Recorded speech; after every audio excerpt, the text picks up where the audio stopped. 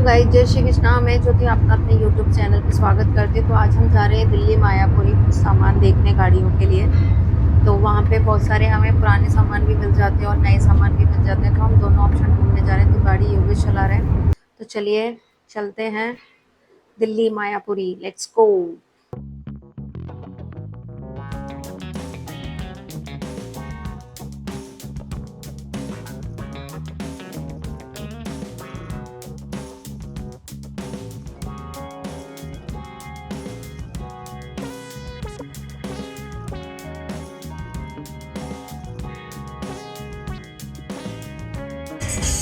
और थोड़ी देर में बस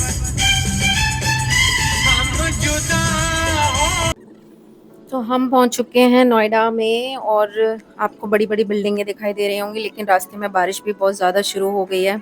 तो जैसे ही हमने यमुना एक्सप्रेसवे पे चढ़ना शुरू किया था तभी बारिश हो गई थी। तो बहुत जगह पे बारिश मिली और दिल्ली में भी बहुत तेज़ बारिश हो रही है। तो हम पहुंच चुके हैं नोएडा। अब हमको जाना है मायापुर।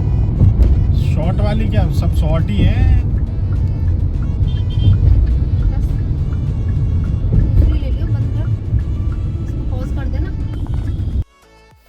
तो ये मायापुरी में आप देखिए किस तरह से स्क्रैप के पार्ट मिलते हैं और बहुत सारी चीज़ें। तो पहले पवन, योगेश, लोकेश ये आए थे, सिराज आया था। तो हमने गाड़ी यहाँ पार्क कर दी थी, लेकिन इत्तेफाकन वहाँ पे संडे था तो हमें ज़्यादा कुछ मिल नहीं पाया था। तो फिर सेकंड टाइम मैं, योगेश और लोकेश आए थे। तो यहाँ पे जो स्क्रैप की गाड़ियाँ होती हैं वो सारा सामान होता है। तो बहुत नया भी सामान मिलता है, बहुत पुराना भी सामान मिलता है। तो योगेश और पवन जब गए थे तो ये देखिए यहाँ पे कितना कितना सारा सामान था।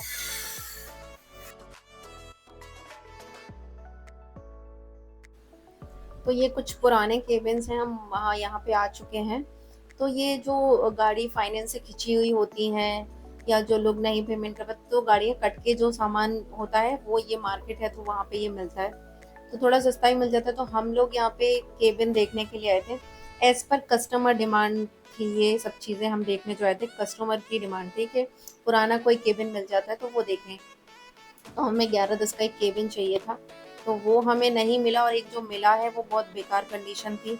तो कस्टमर से परमिशन लेंगे, अगर वो एग्री करेंगे तो देखेंगे। तो यहाँ पे देखिए हर तरह का सामान है।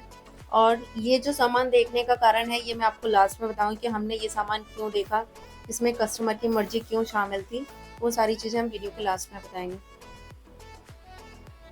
तो ये देखिए यहाँ पे कितने सारे स्टेयरिंग व्हील रखे हुए हैं, क्लच रखे हुए हैं, मतलब इतना सारा सामान था। हम लोग ढूंढ ढूंढ के परेशान हो गए थे। फाइनली हमें दो जगह केबिन मिली। हमें दो केबिन चाहिए थी और दोनों की दोनों कस्टमर डिमांड था, क्योंकि दोनों कस्टमर बाहर रहते हैं। कितने सारे साइलेंसर हैं, रेडिएटर करने से मतलब सब कुछ है, बहुत सारे सामान है। तो फाइनली हमारी दो चीज़ें डिसाइड हो गई थी। पर पहले हम अपने मतलब आगरा हम अपने घर वापस जाएंगे और फिर हम चेक करेंगे और कस्टमर को फोटोज दिखाएंगे। अगर वो एग्री करेंगे तो हम ये सामान परचेस करेंगे, अदरवाइज नहीं करेंगे।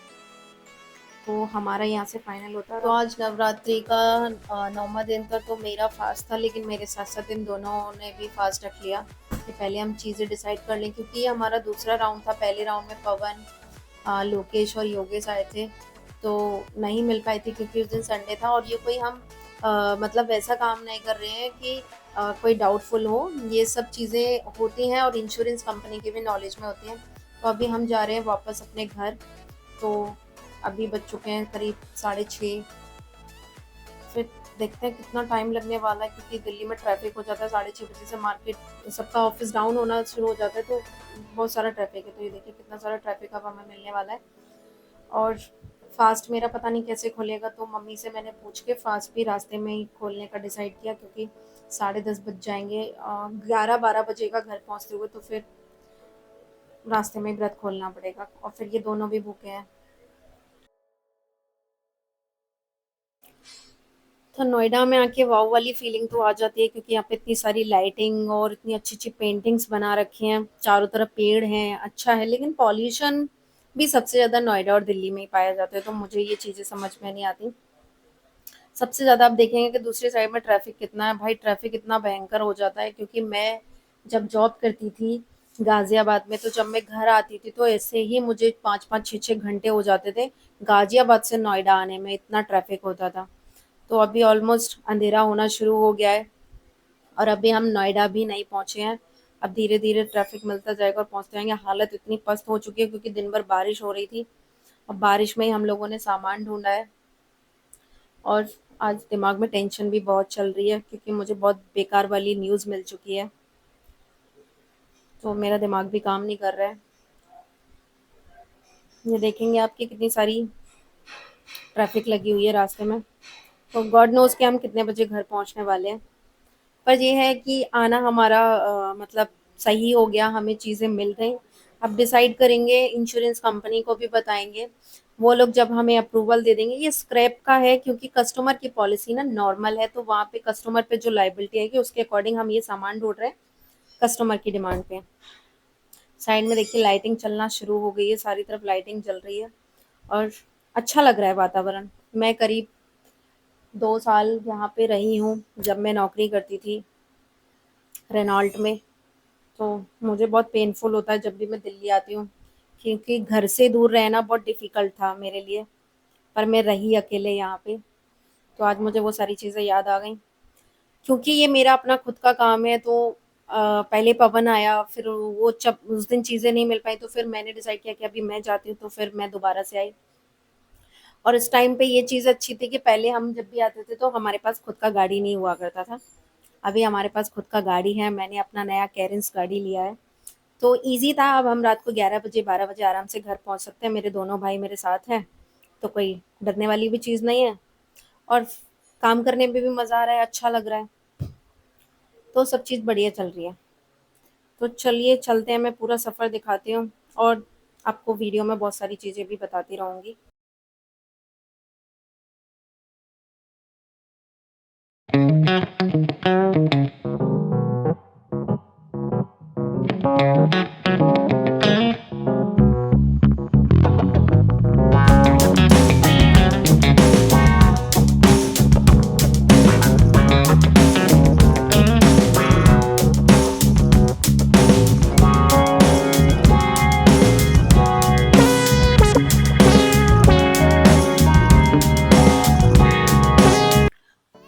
तो भाई नोएडा काफ़ी डेवलपमेंट में आगे बढ़ रहा है, काफ़ी अच्छी-अच्छी चीज़ें यहाँ दिख रही हैं और हर तरफ रोशनी, रोशनी, रोशनी, रोशनी दिख रही है। इतना भी हमारे आगरा में नहीं है, लेकिन नो डाउट आगरा भी काफ़ी डेवलपमेंट में आगे बढ़ा है, लेकिन नोएडा में काफ़ी अच्छी चीज़ें हो गई हैं। तो मैं जब भी नोएडा आती हूँ मुझे घर की याद आना शुरू हो जाती है क्योंकि जब मैं 2 साल यहाँ पे रही थी, तो ऐसा लगता था जब मैं यहाँ आती थी कि भाई मैं कैसे रहूँगी, कैसे रहूँगी? तो बहुत डिफ़िकल्ट होता था और जिस दिन मुझे घर जाना होता था ना, मैं 4-4 दिन मतलब सोचती नहीं थी, ऐसा लगता था मैं यहीं से वापस अपने घर लौट जाऊँ। पर काम था, करना था, तो चीज़ें की मैंने, तभी तो जाके आज अपना काम स्टार्ट कर पाए हैं। तो देखिए चारों तरफ सिर्फ रोशनी रोशनी दिख रही है। तो वीडियो आप लोगों को पसंद आ रहा है तो प्लीज़ वीडियो को लाइक करें और चैनल को सब्सक्राइब करें और ज़्यादा से ज़्यादा कमेंट्स करके बताएं कि आपको हमारा वीडियो कैसा लगा। कितने सुंदर सुंदर पेंटिंग्स हैं बाहर जो दिख रही हैं।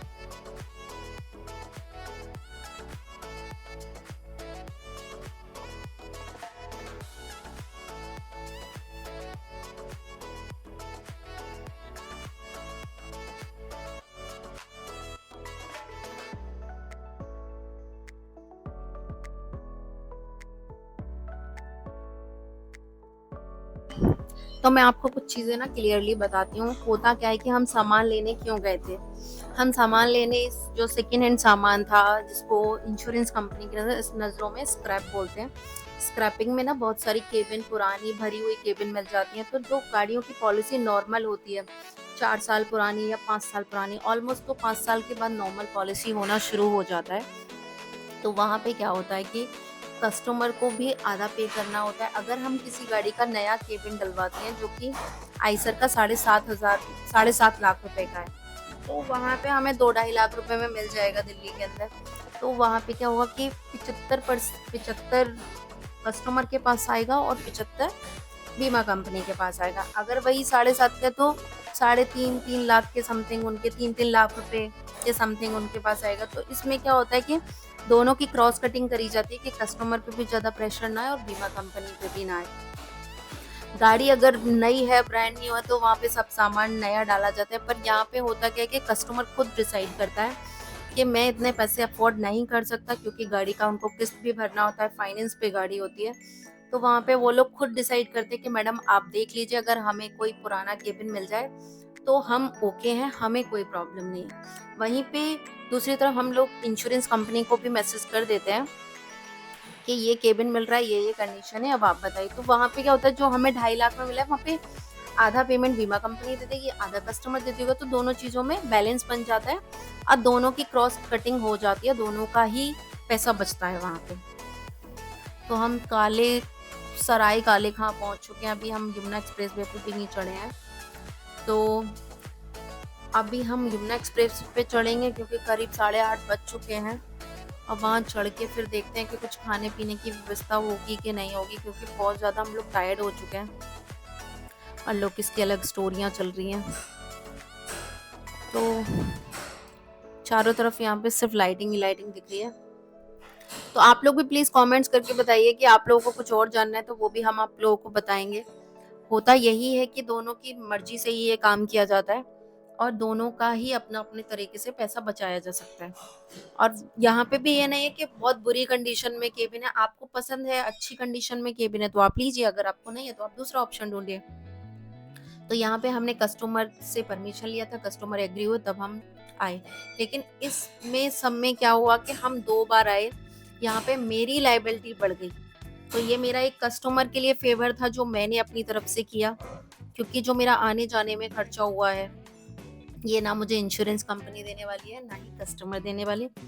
पर काम जो करना है हमें सेटिस्फेक्शन के लिए करना है कि कस्टमर भी सेटिस्फाइड रहे और इंश्योरेंस कंपनी भी, ताकि काम हमें मिलता रहे और चीज़ें हम आगे कंटिन्यू करते रहें, चीज़ों को बढ़ाते रहें। तो अभी हम लोग जल्दी से एक्सप्रेस वे पे चढ़ने वाले हैं और फिर आप वीडियो को एंजॉय करिए और कमेंट्स करके बताइए कि वीडियो आपको कैसा लग रहा है।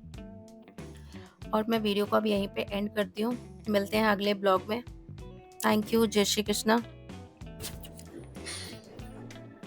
हे guys, welcome back to again our channel. तो मैं आपको एक इसका सेकंड पार्ट और दिखाती हूँ। जिस दिन पवन, लोकेश, योगेश और सिराज ये लोग सामान ढूंढने गए थे, तो यहाँ पे पवन ड्राइव कर रहा है। तो पवन भी अभी परफेक्ट होता जा रहा है। तो यमुना एक्सप्रेस वे पे पवन ड्राइव कर रहा है। तो जैसे कि मैं आपको बताई थी कि अभी हमने नया गाड़ी लिया, ये मेरी लाइफ का फर्स्ट गाड़ी है जो हमने ली है, अपनी मेहनत से ली है। तो अभी हम लोगों को काफ़ी चीज़ों में कन्वीनियंट हो गया आने जाने में। तो पवन भी परफेक्ट हो जाएगा, तो फिर हमें दूसरा कोई हायर नहीं करना पड़ेगा। वैसे तो हमेशा लोकेश हमारे साथ ही रहता है, क्योंकि वो ट्रैवलिंग का काम करता है, तो हमेशा उसका सपोर्ट रहता है। तो चीज़ों में तो वो आना जाना उसके साथ हो जाता है। तो काफ़ी अच्छी चीज़ें रही हैं और हमें बहुत कुछ सीखने को भी मिलता है जब हम जाते हैं आते हैं। तो बहुत सारी चीज़ें जो मिलती हैं, क्योंकि मैंने ये सारी चीज़ें नहीं देखी थी। तो मैं अभी आपको दिखाती हूँ, ये है देखो, वेलकम टू नोएडा, कितना सुंदर लग रहा है। ये मायावती जी ने बनवाया था, पर मुझे इनके नाम नहीं पता, क्योंकि मैं यहाँ पे कभी 2 साल रही हूँ, लेकिन मैंने ये सब चीज़ें नहीं देखी, क्योंकि वर्किंग के टाइम पे हम ये सब चीज़ें देखना पॉसिबल ही नहीं हो पाता। तो सुबह 9:30 बजे ऑफिस और 6:30-7 बजे फिर वो रूम पर आके खाना बनाना, तो वो सब चीज़ें मैं कभी नहीं देख पाई। पर जो कि अब जब से मैंने अपना खुद का काम स्टार्ट किया है, तो होता क्या है कि चीज़ें अब देखने को मिलती हैं। जब भी मैं नोएडा और दिल्ली आती हूँ तो बहुत सारी चीज़ें देखने को मिलती हैं और काफ़ी चीज़ें सीखने को मिलती हैं। तो मैं वीडियो को अब यहीं पे अंत करती हूँ और प्लीज़ मैं आपसे रिक्वेस्ट करूँगी कि वीडियो को ज़्यादा से ज़्यादा शेयर करें और चैनल को सब्सक्राइब करें। मिलते हैं अगले वीडियो में। जय Shri Krishna guys, thank you.